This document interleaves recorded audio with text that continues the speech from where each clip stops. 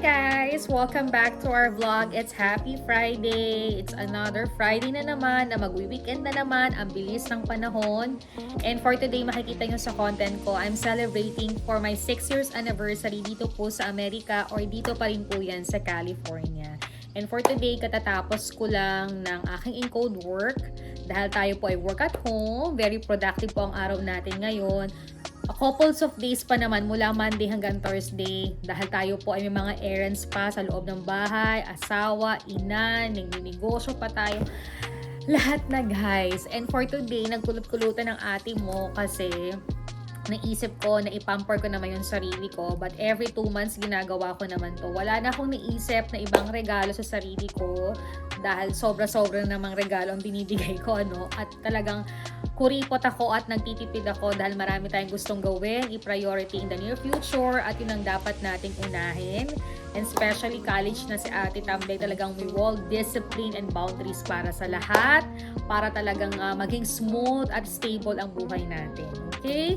So, naisip ko magpa-nails ngayon. Pupunta ako ng nails after a few minutes kasi mag-Uber lang ako dahil ang asawa ko still in the office pa, pero pipick upin niya ako para daw makapag-dinner kami. So, ayoko nga mag-dinner sa labas kasi ayoko na ng gastos. Gusto ko budget, lalo na may pagkain naman ito sa bahay. Pero, titingnan pa namin kung gagawin namin. And pagkatapos ko siguro magpa-manicure, gusto kong tumingin na ng carpet para sa aming kusina kasi almost na general cleaning na namin yung kusina, and every year talaga nagpapalit kami ng carpet sa kusina kasi nga yung mga natatapakan, even though binabacuum naman siya or whatever, pero gusto talaga namin nagpapalit kami. And hindi kami gagastos kasi alam nyo ba guys na nabili na po ang aming TV rack, ayan, at dumating na po yung order namin sa Amazon ng isang araw. Eto siya yung karton. At i-assemble na yung asawa ko for this week kasi long holiday. So, before long holiday, naisip din namin na mamasyal sa LA. Ida-diary ko yan para makapag-relax at makapag-celebrate din ako ng 6 years ko. Yun na lang yung rewards namin. Yung mamasyal, kumain. Hindi naman ganun kalakihan yung gagastusin natin. And i-insert na namin din makapag-church para yung the couples of Sunday, Monday na long holiday sa bahay lang, makapagpahinga, aayusin yung mga small business natin kasi nag-rush na po tayo sa mga items na mga nag-order sa atin for Christmas. Lalo na po may mga travel at bakasyon tayo at uwi tayo ng Pinas kaya kailangan relax tayo, maayos ang lahat. Ayan. So, ako po aalis na. Ako ay napakataba ko, no? Pero alam nyo ba, the past few days talagang naramdaman ko na medyo talagang yung spring nagiging summer na, medyo mainit, pero hindi pa kailangan mag-aircon ng buong bahay. But pagdating naman ng kahapon, nabaliktad na naman, yung init, naglalamig na naman. So, ito yung sinuot ko. Medyo heat-tech to, so protektado ako. At may jacket naman yung asawa ko sa sakyan. Talagang may emergency kaming jacket doon. And, yun lang, mamaya na ako mag-share sa inyo ng mga good and bad or happy and more blessing ko dito sa Amerika for almost 6 years. Ang dami kasing nagtatanong with family, friends, or mga suki ko kung kamusta ang buhay ko for 6 years sa Amerika, anong pinagkakaabalahan ko kasi they know that 2 years talaga nag-stay at home ako or work at home ako kasi nga tayo po ay nag-build na sana'y magka-baby. Although happy kami kasi 50% pinaramdam naman sa amin na natupad yung wish namin na nagka-baby po kami. And talagang yung 4 months nawawala siya. But it's okay. Sabi nga ni Father, everything it's okay. Lalo na we're strong naman yung relationship namin doon. At kung ibibigay this year, it's okay din. Kasi sabi nga ng OB ko, okay pa yung 45 to 46, aalagaan ka namin. And all my tests naman is okay. Yung last test ko okay din. And talagang inaalagaan ko rin yung sarili ko. And you know, talagang may edad na rin naman tayo, no? At least yung 47, parang ayoko na, diba?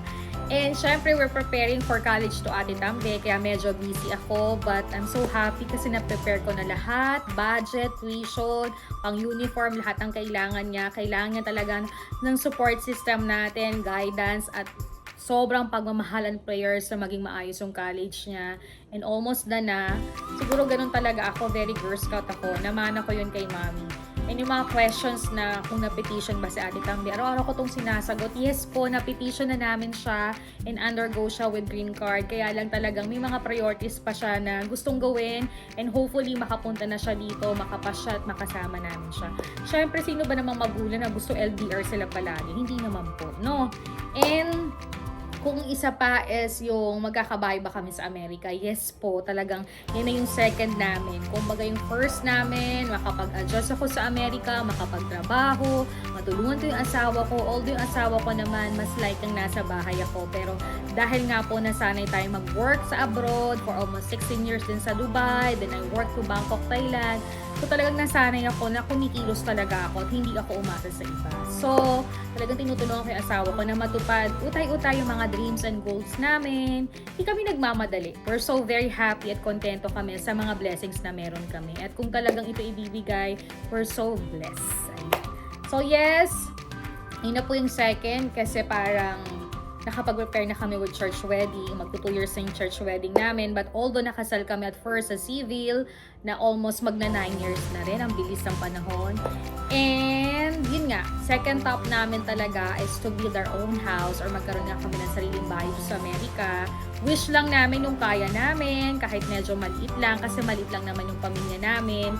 And alam mo yon, para din at least lahat ng pinaghihirapan namin may pinupuntahan. So this time, lahat yon ginagawa namin, lahat yon ichichika ko sa inyo, lahat yon ida-diary ko.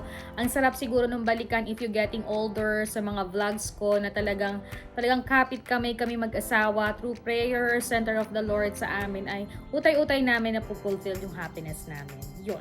So ako aalis na guys. Maraming salamat ulit sa pagsama ninyo sa aking vlog ngayong araw na to. More chika later. Magpa-pamper muna ako. Panahon ko naman mag-relax. Sa sobrang busy ko on the past few days. Alam mo kahit nag-work ka sa bahay, insert pa pagkatapos mo ng work, babad ka sa computer, tas bababad ko rin sa computer para sa mga pasabay, sa mga mini shop na meron kami sa Pilipinas. Maliit lang siya, no? But the team of mommy, daddy, Ate Hazel at anak ko ay nabubuo siya ng maayos. At kahapon nga pala, insert ko lang, nakapag-JRS na naman kami sa mga online orders nila dyan sa mini shop namin sa Pilipinas. Ayan. Thank you so much with Ate Hazel and Mommy sa support at effort kahit sobrang init at medyo busy dyan sa Lucena kasi fiesta. Happy fiesta po sa inyo dyan. Talaga nakapag-JRS po kami. Ayan. Sa mga JRS Lucena, maraming salamat po. Talaga nakakatuwa, no? Kahit simple lang yung business namin, natatangkilik. Kasi alam nyo ba, yung mga JRS namin kahapon ay babiyahe po yun ng Palawan, Iloilo, Manila, Gumaca. Diba? Thanks God talaga. So maraming salamat po talaga. Ay more chika later. Baka malita ko kasi hanggang 7 lang yung nails or pink nails na lagi kong pinupuntahan ng one of my good friends sa Vietnamese na magki 6 years na rin akong nagpapalinis ng ingron ko at kuko ko. But actually yung kuko ko sa baba, kaya ko na muna siyang linisin. Syempre kailangan mag-budget. No? Marami tayong gustong ipunin at gawin kasi sobrang mahal talagang magpamanicure dito. So nails muna and nung isang araw medyo nagpakulay tayo ng hair para hindi naman tayo masyadong datanda. And ang isa pang pinamper ko, yung talagang every almost years ko nang ginagawa na sa Dubai pa ako hanggang Bangkok, Thailand. Papatanggal tayo ng mga hair sa kilikili, sa mukha, sa ilo, and syempre sa private part natin. Importante yan, ma-refresh at maalagaan natin yung mga sarili natin, mga babae. Hindi lang sa ibang tao, hindi lang sa ating asawa, kundi sa sarili natin. Mahiya naman tayo mga girls or personal hygiene natin, pag-alaga natin sa sarili natin, hindi natin kaya. Even though I work hard, yun na lang talaga yung nire-reward ko sa sarili ko at less budget pa yun. Okay?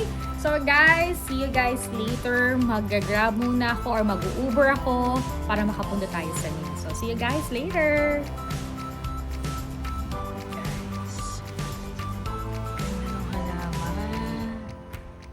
Saan sa labas na tayo? Nang tatakbo ako. Dahil parating na po ang aking Uber. Ito yung paligid namin, no? Dami ng sasakyan kasi nga yung mga garahe dito sa isang garahe, isa lang or dalawa lang. Ganda ng flowers, look. Diba? So see you guys later. Malamig siya na mainit, halo-halo siya. Ay, so see you guys later.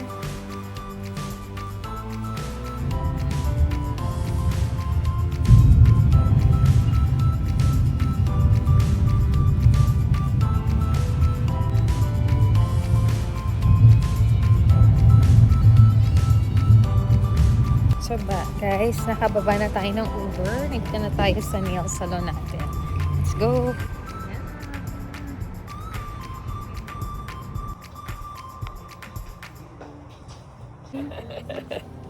Mary, I have request.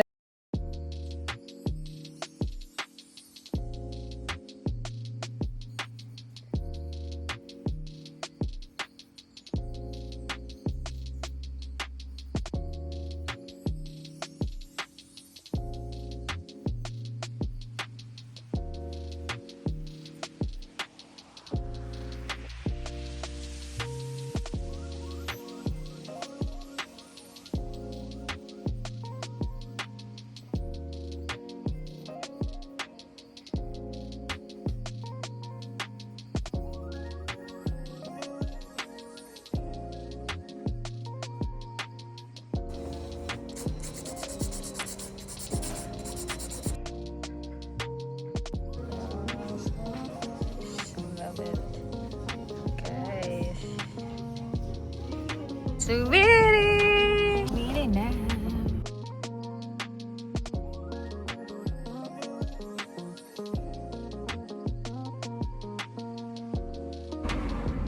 Hi guys! Tapos na ako magpa-nails. Ang sarap. Tapos na-massage pa ako.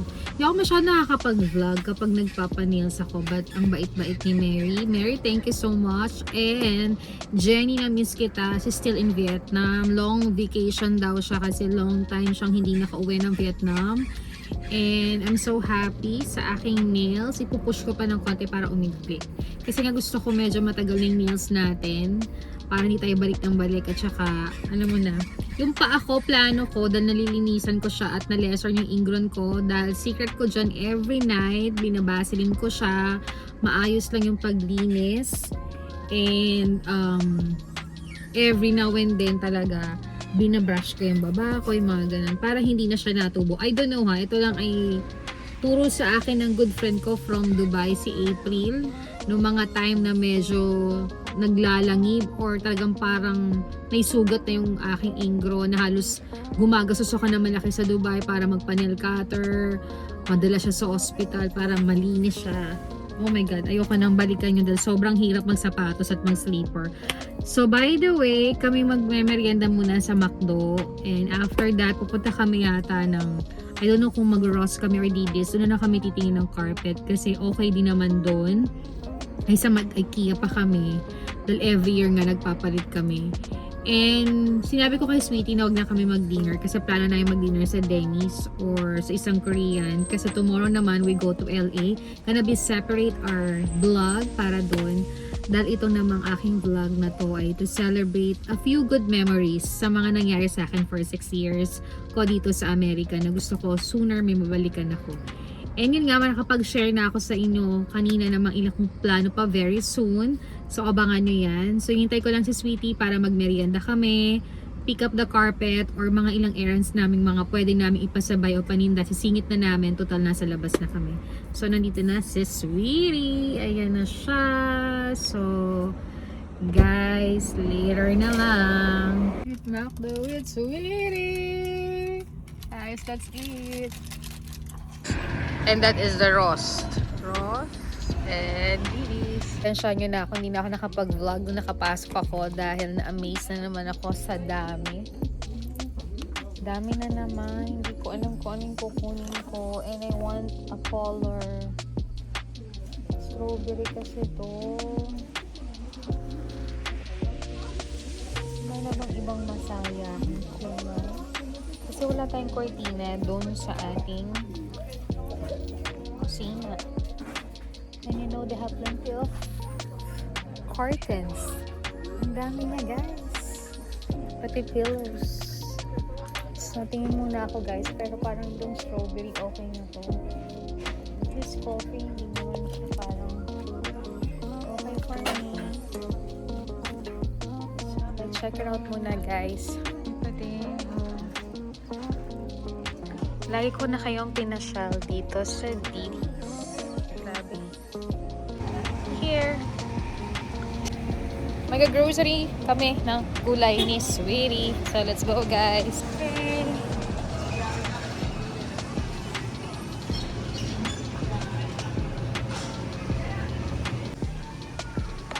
sa inyo, guys. Look, too much shade.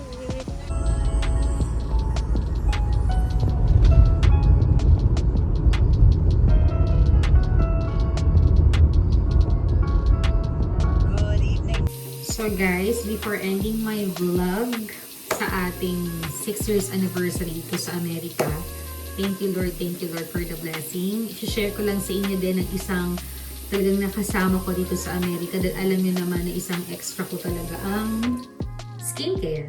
So update ko lang kayo sa Eve facial serum ko for glowing. Napakaganda nito, almost 2 months or 1 month and a half ko siyang ginamit kasi ang laki nga niya. Ginagamit ko to ng umaga, pagaligo ko, sa gabi, na skincare ko. Ang ganda niya. It's a Korean brand and some of them may mga Italy brand din siya. So, try niyo siya. They have in Marshall and TJ Maxx. Hindi ko alam kung ito ba'y nakakalusot din mo na Burlington or Ross. Try niyo lang din. Pero ito at almost 6 years to 5 years ko na rin silang ginagamit at okay sila sa akin. Next naman, I got Eve Vitamins C and E Facial Moisturizer. Ginagamit ko to pang umaga. Maganda ito kapag winter or itong spring na medyo malamig pa at hindi pa summer. Pero I tried this one also in summer. Okay naman siya kasi kahit although umiinit dito, okay naman siya. Hindi siya gayong todo init. It depende yun, no? Yun. And syempre ang aking retinol collagen. Ito, anti-aging. Syempre may edad na tayo ngayon. So mas kailangan natin pangalagaan ang pangharap natin. So this one is my moisturizer every day bago ako maglagay ng mga kung ano naman. Kung magpo-powder ako, mag-makeup ako, kahit online work lang. Alam niyo naman gusto ko presentable ako. Ayan. And I have a glass skin na hydrating calm. Ito ay panggabi ko. So, overnight. Everything it's okay. Hindi naman ako na-allergic. Hindi naman ako anong nangyari sa akin. This is my first time na ginamit ko every night. Okay siya at my age. Okay siya sa akin at wala siyang naging problem. Yan lang masishare ko sa inyo, guys. For 6 years, I have a lot of experience that, you know, sometimes hindi mo na-expect. Siyempre, tao ka lang din. Marami kang ups and down. Marami kang lesson in life. But, yun ay talagang babaunin ko. Yung mga yun ay pinupokus ko sa mga dreams and goals namin mag-asawa. One thing I can wish lang din ay good health. Safe kami palagi. Alam mo, sa dami-dami ko rin ni-wish before. Ngayon, konti na lang. Talagang focus lang ako lagi yung good health, safe namin, although we have family and friends naman dito. But syempre, most of the time, kaming dalawang mag-asawa magkasama. And safety na din ng aming anak sa Pinas, mga magulang namin, side ni Sweetie, side ko, mga kapatid niya, some of my relative and friends, and syempre mga suki kong sumusuporta sa akin. One of our wishes and prayers lang din palagi, gabi-gabi. And syempre, yung mga good work namin at yung mga business namin nakakatulong sa amin to succeed na matupad yung mga dreams and goals namin. Syempre, napakahirap ng buhay sa mundo, kaya right now, you have more discipline and boundaries. Alam mo kung ano ilalabas mo at alam mo yung itinatabi mo. Syempre, hindi lang tayo nagpapakahirap, magtrabaho, kasi kailangan makita rin natin yung mga bunga ng mga pinaghihirapan natin. Alam natin paano natin disiplinahin or alam natin kung saan napapapunta lahat yung mga effort na ginagawa natin. Although, sabi ko nga sa inyo, extra bonus na lang kung nire-reward natin yung mga sarili natin, nag-shopping tayo, kumakain tayo, namamasyal, nag-travel. I think deserve natin yan as long as may extra tayo at focus tayo sa mga dreams and goals natin onwards on future natin. Iba kasi yung prepare ka on future, yung hindi ka naman nagmamadali, hindi ka naman nagko-compare sa iba, naiinggit or naninilip ng ibang buhay na may buhay kasi may stress ka, may problema ka hanggang sa kayong mag-asawa ay mag-aaway. Kami, mas pinili namin din ko yung katahimikan, makontento kami sa meron kami. Ayaw namin pinag-aaway ng mga bagay-bagay lalo na pagdating sa pera. Kung ano yung kaya namin i-donate sa bawat isa't isa, anong napag-usapan namin, na hindi kami mapapressure, hindi kami ma-stress, hindi kami mag-aaway, yun ang ginagawa namin. So we always center of the Lord, prayers, wala namang perfect relationship, marami pa rin pagsubok. But anyway, hanggang sa kaya niyong kontrolin lahat, gawin ninyo, 'di ba? Nasa magandang pag-uusap, open good communications din kayo palagi.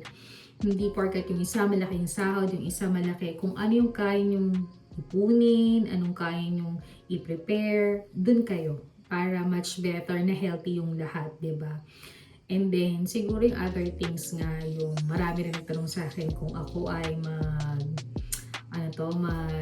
American citizen. Yes, of course, I'm preparing for that. Kailangan ko na i-prepare yung mindset ko dyan at paghandaan kasi you need to review para makapasa dun sa interview. Marami kang dapat 100 questions yata, pero konti lang yung questions na itatanong sa'yo. Hopefully soon mai-diary ko yan para makapag-share ako sa inyo. Kasi nung pagpunta ko dito sa Amerika, hindi na ako masyadong nag-diary or nag-vlog noon.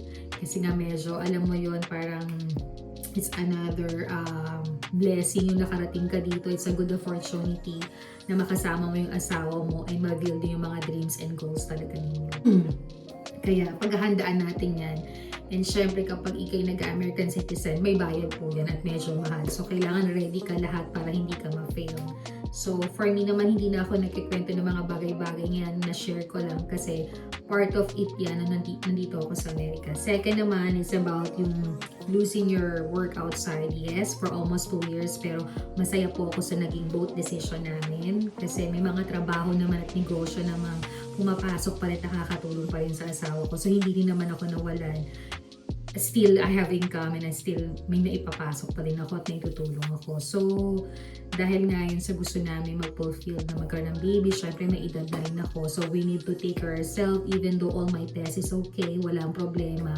But syempre siguro dumarating din yung time na ang mga babies ko ay hindi talaga para sa akin siguro. And hindi ko na masyadong pinroblema, in-stress or nilungkot yung sarili ko kasi nga napapalibutan naman ako ng mga taong nagmamahal at umiintindi sa akin.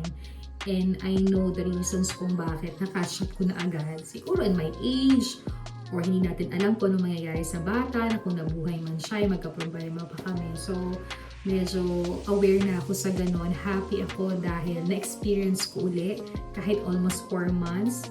And experience din ni Sweetie na talagang tatay na tatay din talaga siya uli. So, okay naman kami doon. Isa pa is yung build of another business. Yes, masayang-masaya ako sa mga small business na meron kami. And nasabi ko na to sa dating vlog ko na yung napalitan kong pera na kinita namin before sa mga masang-masang paninda namin sa Pinas, ang siyang inumpisahan namin ang pasabay business namin or mga small shop namin sa mga mall. So, yung $500 to $600 hanggang ngayon buhay pa yung pasabay namin, 5 years na. And also nakapag-start ulit kami ng mini shop kay na Mommy na tinutulungan nila kami ngayon for almost magto 2 years na rin, diba?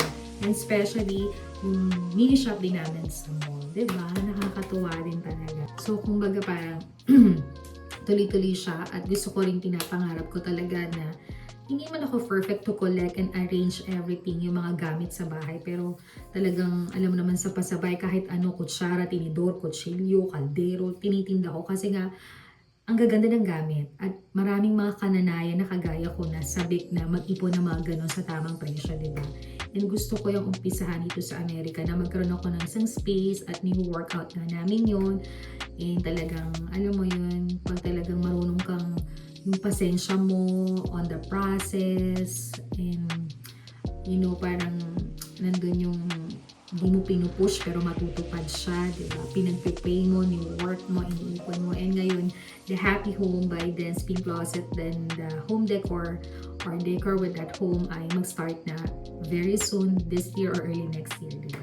So, nandun talaga yung with the process, nandun din yung ini-enjoy mo yung process na ginagawa mo. Hindi ka nagmamadali, hindi ka nape-pressure, chill ka lang kasi alam mo na may patutunguhan. So, yun na yung masishare kong update for my 6 years. My life is very smooth and quiet. Talagang bahay lang, trabaho, negosyo, asawa, ina. Although I'm LDR mom, pero we're so proud to Ate Tambe kasi college na siya. Kaya we need to save, we need to work out, and you know, happy naman. So, nakakatuwa kasi ang dami rin may ambag ng Amerika sa akin na maging mature ako, maging aware ako sa lahat. I know the privacy right now, most of naging mature ako. Pili na rin yung tao yung napapapasok ko sa aking shell or sa aking alam mo yun, sa aking kinalilibutan, mas aware ako sa mga totoo or hindi ngayon, and sa dami nating napagdaanan with the relationship with others. Syempre, hindi tayo perfect, nagkamali tayo, pero sabi nga ni Father, you confess, you can pray, you can start all over again. Kasi hindi naman ganun grabe para magstay ka sa mga ganung bagay. So, happy ako kasi mas maraming blessing, and sometimes yung mga hindi mo na-expect na blessing ay dumarating. Sabi ko nga, focus ka lang, you know naman kung anong tama at mali. Tao ka lang din, wala namang perfect talaga. And through prayers, novenas, faith mo, love mo, respect mo, bilang tao, talagang everything will be okay. Diba? So excited pa rin ako sa mga exploring times sa Amerika. Syempre, nandito na tayo. No? So, habang bata tayo, mas ingatan natin yung sarili natin, kalusugan natin. Be happy, life is too short. And spread love and peace lang and happiness, diba? And yun lang, very happy na. Yun lang masishare ko for 6 years. And kung ano yung nakikita or nasishare ko sa vlog ko, yun at yun ang buhay na very simple na meron kami dito sa Amerika or dito sa California. I'm so happy, grateful, blessed, sama-sama na yon. And alam mo yun, sometimes matuto ka rin makontento sa meron ka kasi mas mabibless ka nun. And happy ako kasi my husband is a very supportive. Ganun din naman ako. Talagang anpus-pusang pag-aalaga at pag-aaruga ako sa kanila, sa aming anak kahit LDR kami. And we wish nga na makarating na dito sa Ate Tambe. Alam naman ng lahat na talagang pinitisyon na namin siya at gusto na rin namin siya makasama. Hinihintay lang din namin yung right time. Yun. So yun lang masishare ko for my 6 years and hopefully more blessings to come. I'm so excited na makapagbakasyon, makapag-travel, makarelax, and alam mo yun, yun lang din naman na masishare ko for my 6 years. Very kontento ako, alam mo yun, mas mabunga, mas masaya, mas tahimik ngayon, mas iba talaga. Yun ang masishare ko. And happy ako kasi ang reward ko sa sarili ko ngayon, every time, every 2 months, talaga nagbabudget ako dyan, mag-manicure. Ayan. Yung pa ako naman kasi okay pa yun. So, okay na yung nilinis ko siya at yung ingrown. Baka pag-uwi ko na lang or in my birthday, diba? But in my nails, gusto ko laging maganda. Ganda niya, red siya ngayon. Ayan. Para pa nag-work naman tayo, tayo, maganda siya. Ayan. So guys, yun lang po ang share ko for my 6 years anniversary. Gusto ko lang itong masave sa digital diary ko para onwards may babalikan ako kung ano bang mga experience or na-share ko, nasabi ko, no. Ay, yun lang po ang masasabi ko. Talagang mahalin natin yung ultimo maliit o malaking blessings na meron tayo. At kung ano man ang linanong kapalaran sa atin ng Diyos ay yakapin natin. And kung ano man yung mga hindi binibigay sa atin, laging may lesson. Huwag tayong magalit, magtampo, mag-questions. Pero tao lang din naman tayo, kaya minsan nakakagawa tayo. Just pray lang and for sure, maging maayos ang lahat. Ayan, yun ang masishare ko guys. Thank you for watching my vlog. Nag-enjoy akong ma-share sa inyo ang moment of happiness ko for amazing life ko for 6 years dito sa Amerika. Syempre, hindi naman lahat perfect. But you know, God is good kasi talagang inaalagaan, ginagay niya kami para mas maging maayos, tahimik, at kontento, at blessed kami sa aming buhay. Ayan, sinishare ko yan sa inyo. Comment down below kung nakakaranas kayo ng ganyan, kung nasan man kayong bansa. Alam mo, kahit nasa anong bansa ka man, ikaw at ikaw ang gagawa ng kapalaran mo. You cannot depend to anybody. Tandaan niyo yan. And yun lang ang masishare ko this time. So guys, thank you for watching my vlog. Happy Friday po sa inyo. Happy weekend. Ingat po tayo and God bless po sa inyo. So don't forget to like, to share, to comment, and subscribe our channel. See you again in my next anniversary vlog maybe next year.